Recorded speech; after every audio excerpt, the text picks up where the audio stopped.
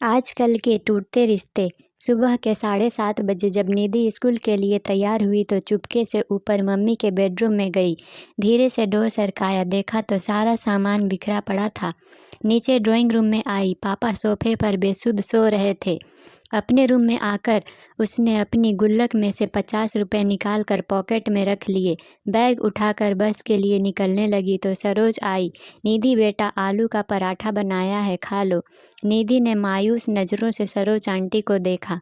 नहीं आंटी, भूख नहीं है। सरोज ने ज़बरदस्ती टिफ़िन उसके बैग में डाला। निधि स्कूल के लिए निकल गई। सरोज सोचने लगी, बेचारी छोटी बच्ची साहब और मेम साहब के रोज़ के लड़ाई झगड़े से इस 13 साल की उम्र में कितनी बड़ी हो गई है। सरोज पिछले 10 सालों से नेहा व नरेश के यहाँ काम कर रही है। दोनों मल्टीनेशनल कंपनी में ऊंचे पदों पर कार्यरत हैं। निधि उनकी इकलौती बेटी है, किसी भी चीज़ की कोई कमी नहीं है, पर हर समय दोनों एक दूसरे से लड़ते रहते हैं। नरेश पिछले कुछ समय से नेहा से तलाक चाह रहा है और चाहता है कि निधि की जिम्मेदारी नेहा उठाए और नेहा निधि की जिम्मेदारी नरेश को देने के साथ जायदाद में हिस्सा चाहती है। इस कारण दोनों लड़ते रहते हैं। बच्चे की जिम्मेदारी कोई नहीं लेना चाहता, इसलिए दोनों एक दूसरे के लिए अपशब्दों का इस्तेमाल करते हैं। बेचारी निधि स्कूल से घर आकर अपने कमरे में दुबक जाती है। केवल सरोज आंटी से ही बात करती है। रोज की तरह नेहा और नरेश ने नाश्ता अपने अपने कमरे में किया और ऑफिस के लिए निकल गए। करीब 12 बजे स्कूल से कॉल आया कि जल्दी हॉस्पिटल पहुंचो, निधि को चोट आई है। हॉस्पिटल पहुंचकर पता चला कि निधि बहुत ऊपर से सीढ़ियों से गिर गई है। आईसीयू में रखा गया था। ऑपरेशन की तैयारी चल रही थी। सिर में बहुत गहरी चोट आई थी। ऑपरेशन शुरू हुआ पर जिंदगी मौत से हार गई। नेहा और नरेश स्तब्ध रह गए। उन्हें ऐसा झटका लगा था कि अपनी सुध बुध ही खो बैठे थे। निधि की दादी भी आ गई थी। बेटा बहू को देखकर नफरत से मुंह फेर लिया। पूछताछ हुई, टीचर स्टूडेंट सभी के बयान लिए गए। यही पता चला कि बैलेंस बिगड़ने से नीचे गिर गई। 13वां निबटने के बाद नरेश ने अपनी मां को रोकना चाहा, पर उन्होंने आंखों में आंसू भरकर कहा, तुम दोनों खूनी हो, तुम्हारी जिद मेरी पोती को खा गई। मैं उसे अपने साथ ले जाना चाहती थी, पर तुम दोनों ने उसे अपने अहम का मोहरा बनाकर उसकी जान ले ली। माँ चली गई।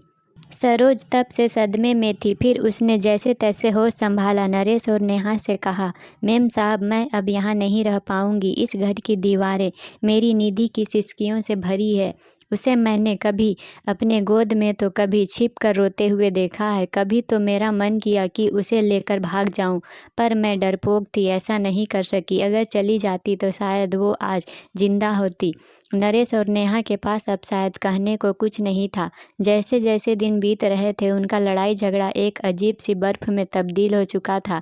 उनकी सारी भावनाएं अंदर ही अंदर एक खामोशी अख्तियार कर चुकी थी। संडे का दिन था। बड़ी मुश्किल से नेहा ने निधि के रूम में जाने की हिम्मत जुटाई थी। महीनों दोनों उसके कमरे में कदम नहीं रखते थे। कैसे माँ बाप थे वो दोनों। उसका रूम, उसका बेड, तकिया, उसकी किताबें, उसकी पेंसिल, पेन, स्कूल बैग सब वैसे ही रखा था। अलमारी खोली तो उसके कपड़े नीचे गिर पड़े। उसका हल्का ब्लू नाइट सूट जिसे वह अक्सर पहना करती थी। नेहा रोते हुए अलमारी से सामान निकालने लगी, तभी उसके हाथ एक ब्लू कलर की डायरी लगी। उसने कांपते हाथों से उसे खोला। आगे के कुछ पेज फटे थे। पेज दर पेज टूटे दिल की दास्तां छोटे छोटे टुकड़ों में दर्ज थी। मम्मी पापा, मैं आपको डियर नहीं लिखूंगी, क्योंकि डियर का मीनिंग प्यारा होता है। पापा, आप मम्मी को कहते हो कि तुम्हारी बेटी है, और मम्मी आप पापा को कहते हो तुम्हारी बेटी। आप दोनों ये क्यों नहीं कहते हो हमारी बेटी। अगले पेज पर था, पता है जब मैं मामा जी के घर जाती हूँ, मामा मामी मुझे बहुत प्यार करते हैं। मामी अनु को जब प्यार से मेरा बच्चा कहती है तो मुझे लगता है कि क्या मैं प्यारी बच्ची नहीं हूँ। मम्मा, मैं तो आपका सारा कहना मानती हूँ, फिर भी आपने मुझे कभी प्यारी बच्ची नहीं कहा। अगले पेज पर था, मम्मी जब मैं बुआ के घर जाती हूँ तो बुआ मुझे बहुत प्यार करती हैं, पर खाना नक्श की पसंद का बनाती हैं। मम्मा मुझे भी राजमा बहुत पसंद है, मैंने कहा था कि आप बनाओ, पर आपने कहा मुझे मत तंग किया करो, जो खाना है सरोज आंटी को बोला करो। पता है मम्मा, मैंने राजमा खाना छोड़ दिया, अब मन नहीं करता। अगले पेज पर था, पापा मैं आपके साथ आइसक्रीम खाने जाना चाहती थी, पर आपने कहा आपके पास फालतू चीज़ों के लिए टाइम नहीं है। पापा जब चीनू मासी और मौसा जी मुझे और विपुल को आइसक्रीम खाने ले जा सकते हैं तो फिर वो क्यों नहीं कहते कि ये सब फालतू चीज़ें हैं। पता है मम्मी, मैं अपने घर से दूर जाना चाहती हूँ, जहाँ मुझे ये ना सुनाई दे कि निधि को मैं नहीं रखूँगी, जहाँ पापा के चिल्लाने की आवाज़ ना सुनाई दे। पापा अगर मैं बड़ी होती तो मैं आप दोनों को कभी परेशान नहीं करती, मैं खुद ही चली जाती। मैं तो आप दोनों से बहुत प्यार करती हूँ। पापा मम्मी आप दोनों मुझे प्यार क्यों नहीं करते। एक पेज पर था, I love you Saroj aunty मुझे प्यार करने के लिए, जब मुझे डर लगता है अपने पास सुलाने के लिए, मेरी हर बात सुनने के लिए। और अंतिम पेज पर था, दादी आई लव यू, आप मुझे यहाँ से ले जाओ, आई प्रॉमिस कभी तंग नहीं करूँगी। नेहा डायरी को सीने से लगाकर जोर जोर से रो पड़ी। नरेश भी उसके रोने की आवाज़ सुनकर आ गया था। नेहा ने डायरी उसे पकड़ा दी, पेज दर पेज पलटते हुए उसके चेहरे के भाव बदलते जा रहे थे। वह खुद को संभाल नहीं पाया, जमीन पर बैठ गया। नेहा रोते हुए बोली, नरेश पता है वो एक्सीडेंट नहीं आत्महत्या थी, सुसाइड था। जिस रिश्ते को हम बोझ समझते थे, हमारी निधि ने उससे हमें आज़ाद कर दिया। नरेश हम दोनों ने अपनी बच्ची का खून किया है।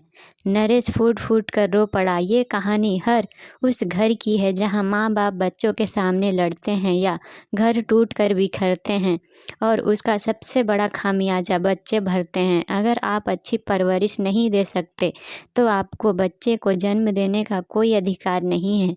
अच्छी परवरिश रुपये पैसे सुख सुविधाओं से नहीं होती। इसका मतलब यह है कि आप बच्चे की ज़रूरत के समय उसके कितने करीब हैं। तो दोस्तों ये कहानी कैसी लगी ज़रूर कमेंट करके बताएं।